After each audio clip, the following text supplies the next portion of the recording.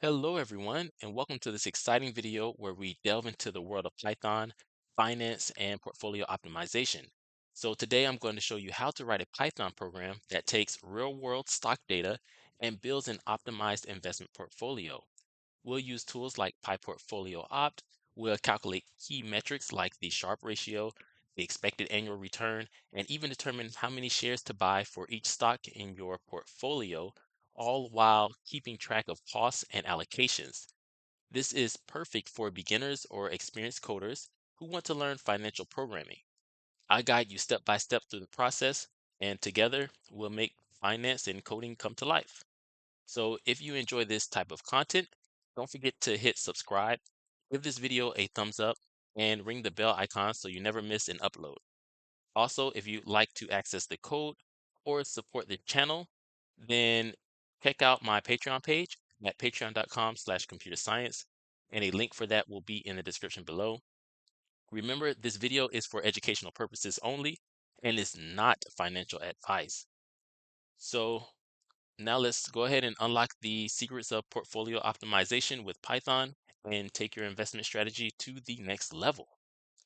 All right, so I'm currently on Google's website called colab.research.google.com because it makes it easy to get started programming in Python. So if you're going to code along with me, go to this website and log in using your Google account, and then click on File and click on New Notebook in Drive. And this will open up a new tab for you, and it will also open up a new cell for you. And the first thing that we need to do is we need to install our package. So I'm going to type pip install and then PyPortfolio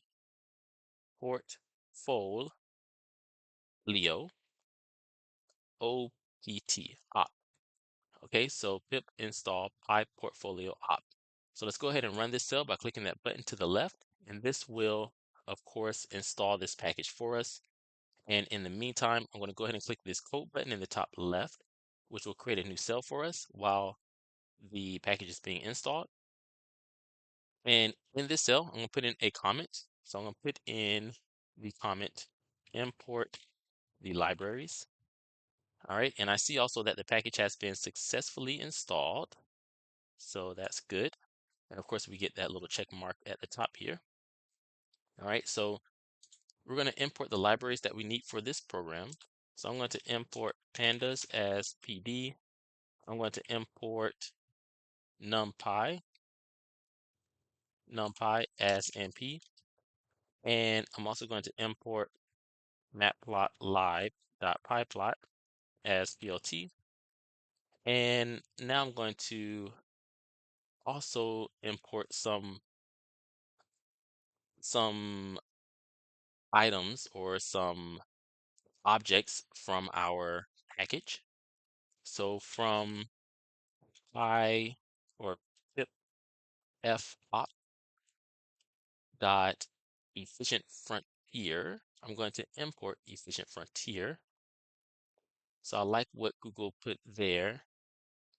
And I'm also going to import discrete allocation and get latest prices. So I like a lot of this. I'm just going to just tab over and I'm going to get rid of what I don't need. I don't think I will need this risk underscore model. So I'm going to get rid of that package. And I don't think, actually I need something from the expected returns. So I'm going to put here pip.fopt.expected underscore returns. I want to import mean historical return to get the expected returns. Okay, and also I want to get the covariant. So I'm going to do pi or from pyp fopt dot risk underscore models. I'm going to import covariant shrinkage. So I'm going to tab over. Okay, so I think that looks good. And let's go ahead and run this. And let's create a new cell. All right. So in this cell, I'm going to create a function to get the stock data. So I'm going to call this function I'm going to call this function def. We'll call it fetch instead of what Google was suggesting there. We're going to call it fetch underscore data. and it's going to take in a file path. Okay, and I'm going to load some stock data as a CSV file. So I'm going to create a variable called data, and I'm going to set it equal to pd.read underscore CSV, and it's going to read in that file path. So I'm just going to tab over, and then we're going to return data. But because I know what's in this file, which will be stock data for the Magnificent Seven, that's companies like Amazon, Apple, Google, Meta, also known as Facebook, Nvidia, so on and so forth. So these 7 companies that are really big companies, they are tech companies, and they are what drove a lot of the stock market, the US stock market price. So this is data for those companies, for those 7 companies. They're going to have a column called date, and I want that date column to be the index. So I'm going to put here index underscore call. I'm going to set it equal to date, and then I'm going to parse underscore date, and that's parse, P-A-R-S-E. So I'm going to set parse underscore date equal to true. And all this does is allow me to load the data with the date as the index. And then I'm going to return the data set. Okay, so let's go ahead and run this cell. Let's create a new cell. And here I want to create a function to optimize the portfolio. So the idea here is to take those 7 stocks, the Magnificent Seven, and then try to create an optimized portfolio of those 7 stocks. So we're going to have a discrete allocation for each one of those stocks, right? So we're not going to have something like 0.1 of a stock. We're going to have a integer value for the stock, right? So we're going to have 1 whole share or 2 whole shares or 3 whole shares of, let's say, Microsoft or Nvidia. So we're going to try to optimize our portfolio to see what's best given the risk, which one's the best for the returns, right? What's the best, most optimized portfolio given the risk for our return. Okay, so with all that being said, I hope I explained that well. Maybe I didn't, but we're going to continue. Let's go ahead and create that function. I like what Google put here, which is optimize underscore portfolio data. So we're going to take in some data. We're calling this function optimize underscore portfolio, and we're creating a variable called mu. In mathematics, mu means mean. So we're getting the mean historical return using the data. We're getting the covariance, we're storing it in S. We're using something called covariance shrinkage dot Ledoit underscore Wolf. And that works good for me. And I might not be saying that correctly, but let's go ahead and just tab over for now because that's exactly what I want. And the Ledoit-Wolf shrinkage is a statistical technique used to improve the estimation of covariance matrices, especially in cases where the sample size is small compared to the number of variables. So all this is here, we're just getting the covariance, if it make it simple. We're getting the covariance here, and here we're getting the expected returns. All right, so actually I'll just put that in comments. Maybe it makes it a little bit easier. So here we're just calculating the annualized expected returns, expected returns, okay? And this is based on historical data. So based on historical data. And then here, we're just calculating the covariance matrix using Ledoit-Wolf. I might not be saying that correctly. Shrinkage. And we're doing that for robustness. All right. Okay. So I think that looks good. Next, let's go ahead and initialize the efficient frontier object. And we're going to use the expected returns and the covariance matrix. So I'm going to create a variable called EF, which is short for efficient frontier. I'm going to set it equal to efficient frontier. I'm just going to tab over because Google seems to have put exactly what I want here. So we're initializing that efficient frontier variable. And we're using, of course, our mu, which is the expected returns, and our S, which is the covariance. Okay. And then Google put a suggestion here. It says get the weights for the optimized portfolio. And it's setting weights equal to ef.max.sharp, which is fine. That works good for me. And I should let you all know what the sharp ratio is. But first, let me talk about max underscore sharp. So this right here is going to maximize the sharp ratio, aka it's getting the best balance between risk and return, right? Risk and reward. So it's getting the best balance for us here. And we're storing that in weights. We probably won't be using that at all, this weights variable. And the Sharpe ratio is a key metric in finance used to measure the risk-adjusted return of an investment or portfolio, which is what we're doing here. And it helps investors to understand whether the returns they're getting are worth the risks they're taking. Okay, and so that's all that we're doing here. So next, let's go ahead and clean the weights. And we're doing this to make it more user-friendly. So for example, small weights are set to 0. So here we're going to create a variable called clean underscore weights, and I'm going to set it equal to ef.clean underscore weights, left parentheses, right parentheses. So I'm just going to tab over since Google gave me that suggestion. And then we're going to get the portfolio performance. I don't know why that was so hard for me to say.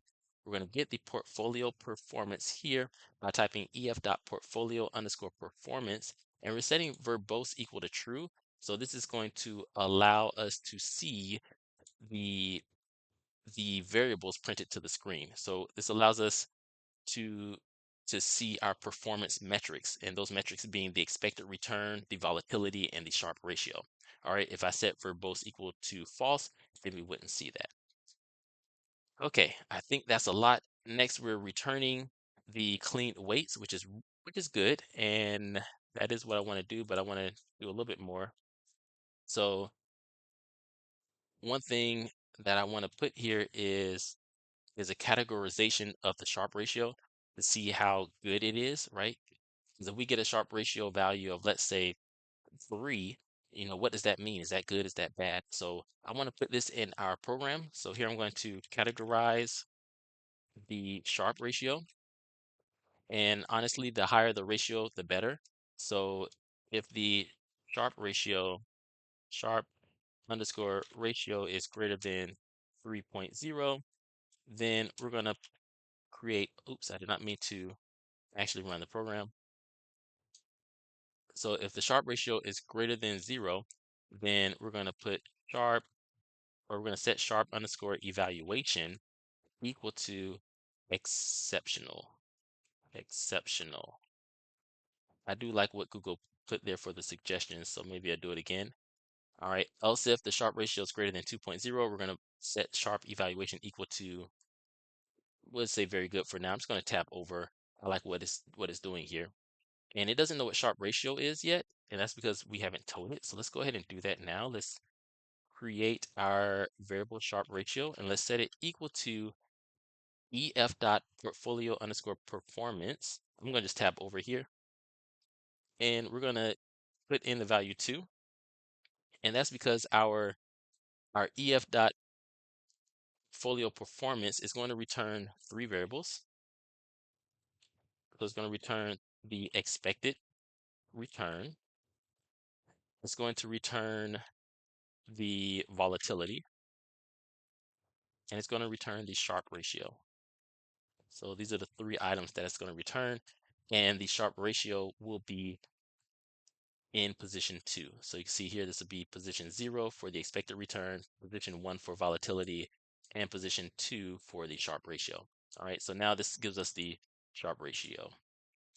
So I like that. So all we're doing here is just extracting the Sharpe ratio. Okay, now we can continue with our if statements. I like exceptional here. I like, I'm going to change this from very good to excellent. And then I change this, actually good is good. So Sharpe ratio is greater than 1.0, then it's good. And then I want an else statement. So if it doesn't go to any of these, then it's bad. So the Sharpe evaluation will be equal to, we could put poor here, or we could put suboptimal. Suboptimal. Okay. All right. And then I want to print this to the screen. So again, we're going to be printing the expected return, volatility, and Sharpe ratio here. So I'm also going to print the evaluation here. So here we're going to put, well, I like what Google's putting here, Sharpe ratio. It's going to print the Sharpe ratio and the Sharpe evaluation. So I'm just going to tab over because I do like that. And actually, we don't really need the Sharpe ratio. The Sharpe ratio is going to be printed already, so we don't need that. I'm going to put here Sharpe ratio evaluation. Okay, and then we'll put a single quote here. And let's actually add a new line here. So that's \n, make it look a little bit better. Okay, so I think that's good. And then we're going to return clean weights. We're also going to return our expected returns, which is mu, and we're going to return the covariance matrix, which is S. All right, so now let's run the cell. Hopefully everything is good. And let's come down here and let's create a function to calculate our discrete allocations. So here I'm going to create a function to calculate the discrete allocations. Discrete meaning that we're going to have some type of integer value. So nothing with decimals. All right, so let's call this function calculate underscore discrete underscore allocations. I'm just going to tab over for now. We're going to set it, or we're going to take in clean weights, which I like. I'm just going to call it, weights. And we're going to take in data.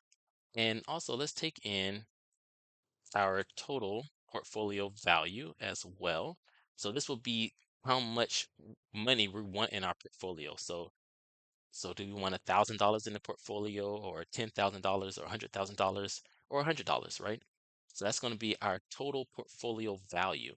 All right, next we're going to go ahead and get the latest prices, which is good. I like what Google has suggested here. So all we're doing is fetching the latest price and storing it to latest prices here. So that's good. Now Google created a variable called DA, which I'm sure stands for discrete allocation. It's setting it equal to discrete allocation, and it's putting in the clean underscore weights variable, which was up in the parameter before, but I got rid of it and changed it to just weights. So we're going to change it to weights here. It's taking in the latest prices, which is good, and it's going to take in the total value. We're going to set it equal to this total value here. So I'm just going to do Control C, and I'm just going to get rid of this number and do Control V to paste that variable. Okay. So all it's doing here is it's initializing the discrete allocation object. And really that's one word, the discrete allocation object. Okay. And it's doing it with weight and portfolio value. All right, so I think that looks good. Let's press enter, and now let's calculate the number of shares to buy and the leftover cash. Okay, so I'm going to create a variable called allocation and a variable called leftover, and I'm going to set this equal to da.lp underscore portfolio, left parentheses, right parentheses. So I believe they call this LP because, well, one, I believe it stands for linear programming, and I believe this function may use linear programming techniques to determine the allocations. So this is just going to return to us the allocation and the leftover. All right. And then I want the whole function to return allocation. I want it to return leftover, and I want it to return the latest prices. All right, so let's go ahead and run this cell. Let's create a new cell. And now in this cell, we are going to create a plot. So here I'm going to put create a function to visualize the results. So I'm going to call this function plot underscore results, just like Google put here.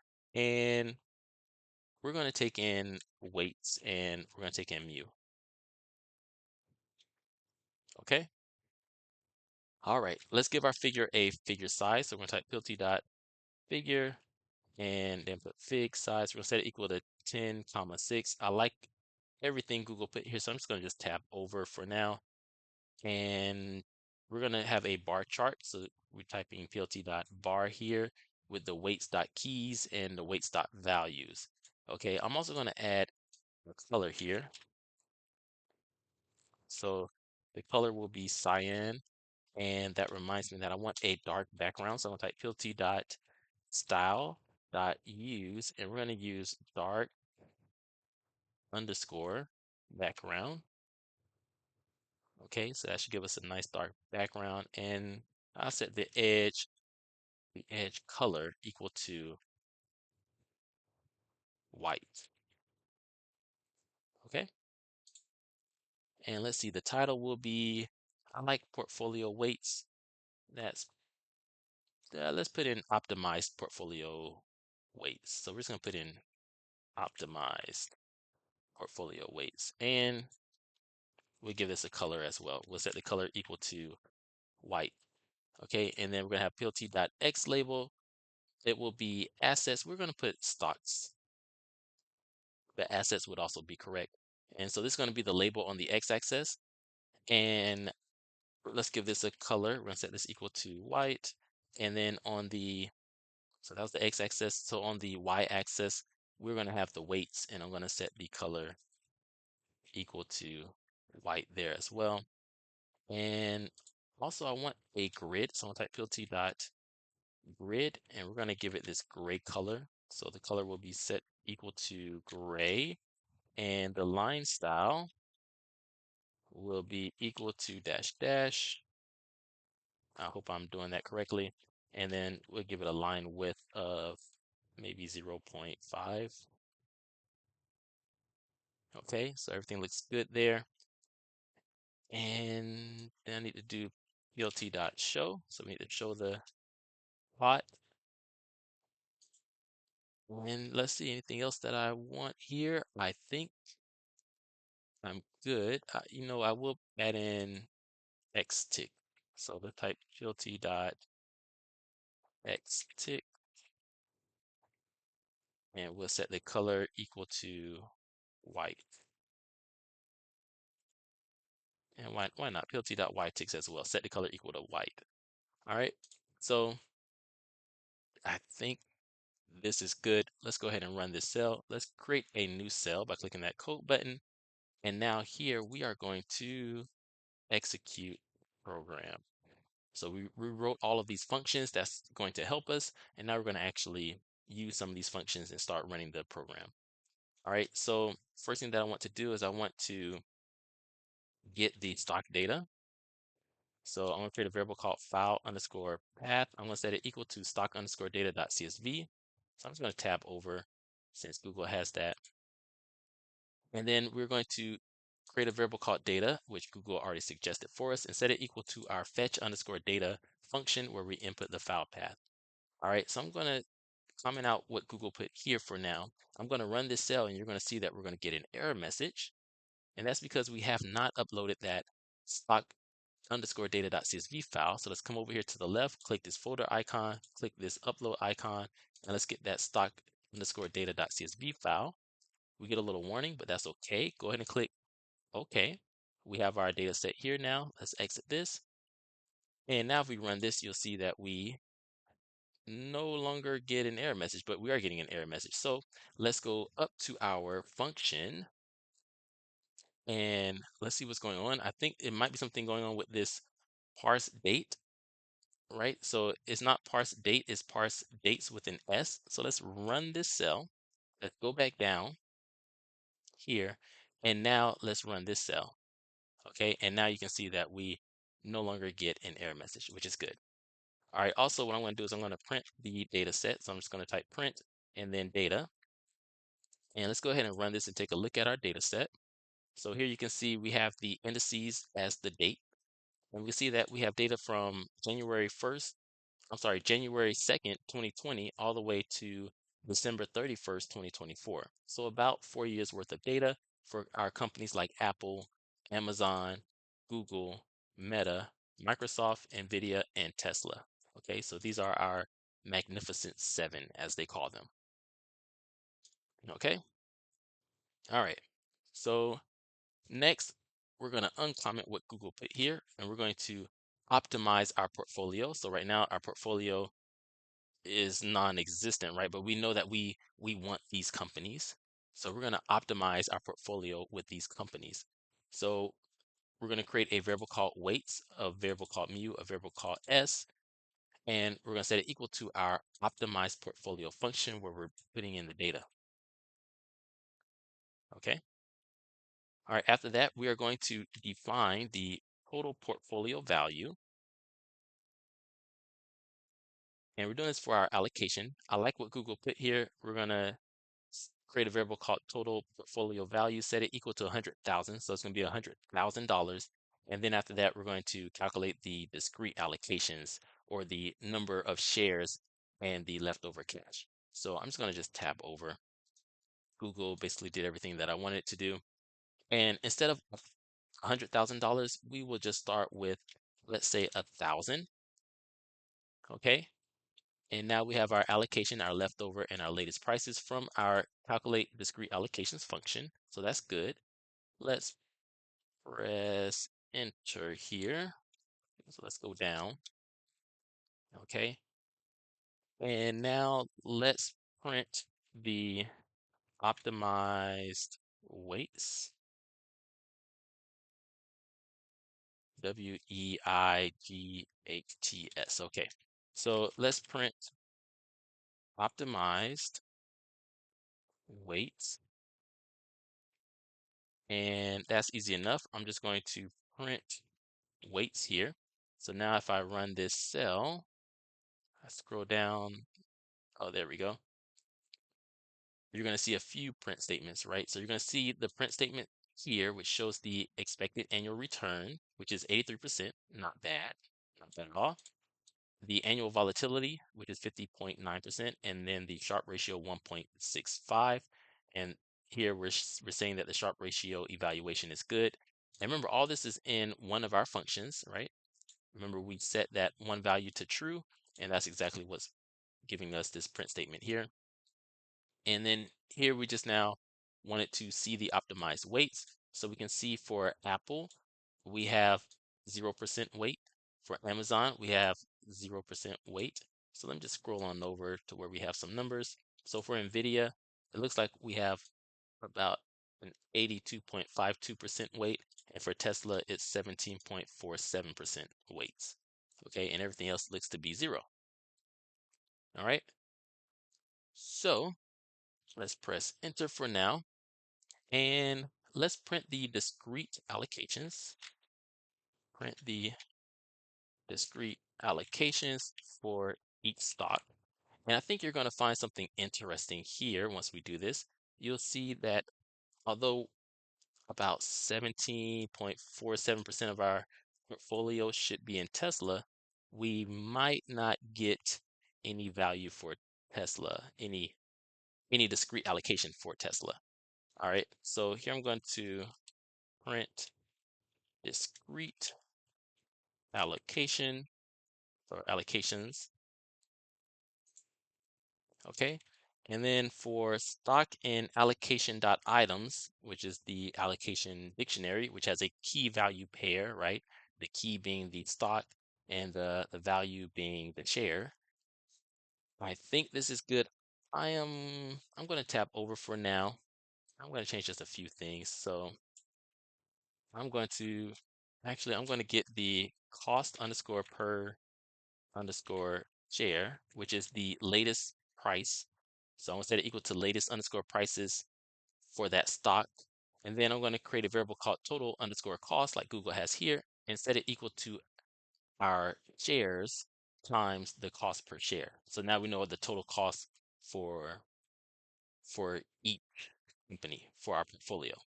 All right, and then we're going to print the stock, the shares, the number of shares that we need in our allocation, and then the total cost. All right, so let's go ahead and just tab over. And then after that, it's going to print the leftover cash, which is good here. Just has a print statement, leftover cash, and then we're printing leftover the 2 decimal places. All right, that looks good. Let's run this. All right, so I'm going to scroll down here.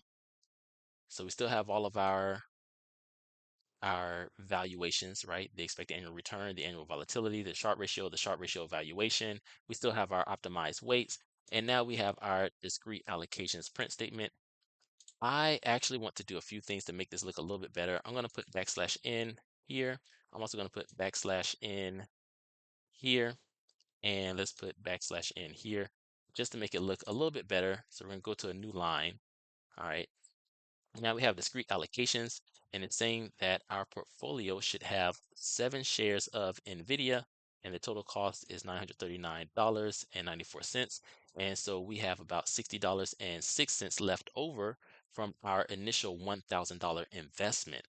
Okay, but you'll notice that that's not, or there is no shares of Tesla, and that's because that percentage that we would have in our portfolio is probably less than the discrete value, right? So it's probably less than 1 because we have to have a discrete value for our discrete allocations. It has to be an integer value. So it's probably less than 1, and that's why it's not showing up here. So let's come back up here to our total portfolio value, and let's put in 100,000 again. So I'm just going to add or append 2 more zeros here. Let's run this now. So now we have a portfolio where we put in $100,000, and let's scroll down and let's see our discrete allocations. So now you can see we have some shares for Tesla. We can now get 43 shares of Tesla, and we can get 615 shares of NVIDIA. So the total cost of those 615 shares of NVIDIA is about $82,580.75. And the total cost of the 43 shares of Tesla is $17,365.12. And then we have about $54.13 left over to use however we want to. So that looks good.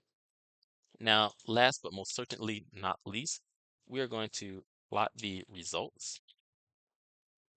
So I'm going to put here plot underscore results. We're going to put in our weights and our mu. So this function we created earlier, plot underscore results. So let's go ahead and run it. So we should see a bar chart of this allocation.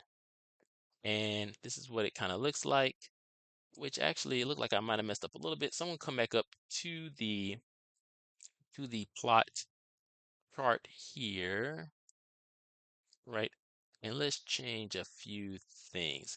So instead of making this color white, I'm gonna make it black. Let's make this black. Let's make this black and this black and this black. All right, so let's run this again. Let's come down here and let's run this cell and let's see what it looks like. Oh, actually, close. All right, I need to make it white again, actually. So let's come back up here. So we're going to make this white, white, white. And let's run this. Now let's see what it looks like. Still not there yet. Okay. We're getting closer though. Let's get rid of the X ticks for now and the Y ticks for now. And edge color can be, it could be white. Let's run this again. Let's see what we get. Still not there already. Almost. We are almost there. Let's go back up here. And if we just get rid of the color,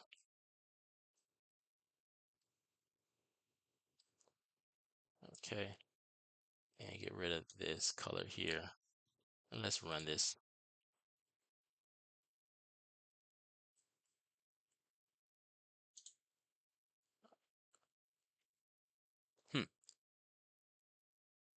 All right, let's see.